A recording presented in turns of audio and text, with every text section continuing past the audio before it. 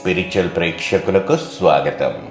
సాధారణంగా మనకు అనుకున్న పనులన్నీ సక్రమంగా జరిగి ఆనందంగా ఉన్నప్పుడు ఈరోజు ఉదయం లేవగానే ఏ మంచి ముఖం చూశానో అన్ని మంచి పనులు జరుగుతున్నాయని అనుకుంటాము. ఒకవేళ ఆ రోజు ఏ పని సక్రమంగా జరగకపోతే ఈరోజు పొద్దున్నే లేచి ఏ దరిద్రుడి ముఖం చూశానో అని కూడా అనుకుంటాము.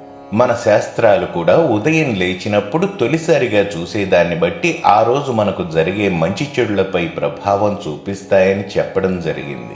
ఈ విషయం మనలో చాలా మందికి తెలిసినా ఇంకా ఎంతో మందికి అసలు ఉదయం లేవగానే చూడాల్సినవి చూడకూడనివి ఏమిటో సరిగ్గా తెలియదనే చెప్పాలి. కనుక ఈ వీడియోలో మనం ఉదయం లేవగానే ఎటువంటి వాటిని చూడాలనే విషయం గురించి తెలుసుకుందాము. దీని కొనసాగింపు వీడియోలో ఉదయం లేవగానే వేటిని చూడకూడదో తెలుసుకుందాము.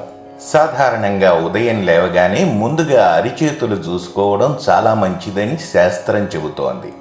అలా చూసుకుంటూ కరాగ్రే వసతే లక్ష్మి, కరమధ్యే సరస్వతి, కరమూలే స్థితా గౌరీ, ప్రభాతే కరదర్శనం అనే శ్లోకాన్ని చదువుకుని ఆ తరువాత నిత్యకృత్యాలు చేసుకుంటాము. ఈ విషయం గురించి తెలిసిన వాళ్ళు పైన చెప్పిన పద్ధతిని ప్రతిరోజు పాటిస్తూ ఉంటారు.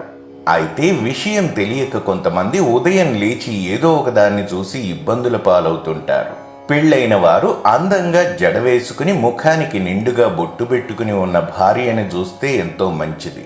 ఒకవేళ పెళ్లి కాకపోతే ఇంట్లో ఉన్న సుమంగళి స్త్రీ నిండుగా బొట్టు పెట్టుకుని జడ వేసుకుని ఉన్న మహిళను చూసినా మంచిది.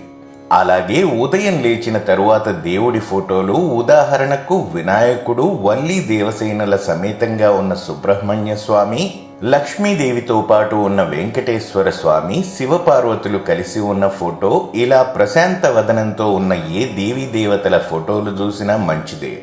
అలాగే ఆవు వెనక భాగం అద్దంలో ముఖం చూసుకుంటూ లేవడం, స్వచ్ఛమైన ఆవు నెయ్యిలో తమ ప్రతిబింబం చూసుకుంటూ ఉదయాన్నే నిద్రలేస్తే ఆ రోజంతా మనకు మంచే జరుగుతుందని శాస్త్రాలు చెబుతున్నాయి. ఇక మన తరువాతి వీడియోలో ఉదయం లేచినప్పుడు అస్సలు చూడకూడని వాటి గురించి తెలుసుకుందాము. మరి ఆ విషయాలు తెలుసుకోవాలంటే మా ఛానల్ని సబ్స్క్రైబ్ చేసుకుని ప్రక్కనే ఉన్న బెల్ సింబల్ని కూడా ప్రెస్ చేయండి.